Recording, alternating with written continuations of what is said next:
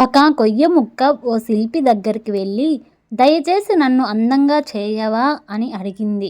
శిల్పి, నేను ఆ పనికి సిద్ధంగా ఉన్నాను, కానీ నీవు దానికి సిద్ధమేనా అన్నాడు. ఆ చెక్క అవును, నేను కూడా సిద్ధమే అన్నది. ఆ శిల్పి తన పనిముట్లు తీసుకుని దానిని చెక్కటం మొదలుపెట్టాడు. ఈ కొయ్య అయ్యో ఏం చేస్తున్నావు, దయచేసి ఆపు, చాలా నొప్పిగా ఉంది అని అరిచింది. అప్పుడు ఆ శిల్పి, నీవు అందంగా అవ్వాలనుకుంటే నీవు బాధని సహించాలి అన్నాడు. కొయ్య సరే అయితే చెక్కండి, కానీ దయచేసి కాస్త నెమ్మదిగా సున్నితంగా చేయండి అంది. ఆ శిల్పి తన పని మళ్ళీ ప్రారంభించాడు. ఈ కొయ్య అరుస్తూనే ఉంది.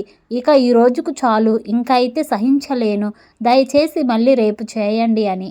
ఆ శిల్పి తన పని అందే శ్రద్ధతో ఉన్నాడు. కొద్ది రోజుల్లోనే ఆ కొయ్య గుడిలో ఉంచదగిన ఒక అందమైన విగ్రహంగా తయారయ్యింది. శ్రీ భగవద్గీత ఇదే విధంగా అనంతమైన జన్మలలో ప్రపంచంతో మమకారం వలన మన హృదయాలు మొరటుగా మలినంతో ఉన్నాయి. మనం అంతర్గత సౌందర్యంతో ఉండాలంటే మనం బాధని సహించి ఈ ప్రపంచాన్ని మనల్ని పరిశుద్ధం చేసే పనులు చేస్తూ ఉండాలి.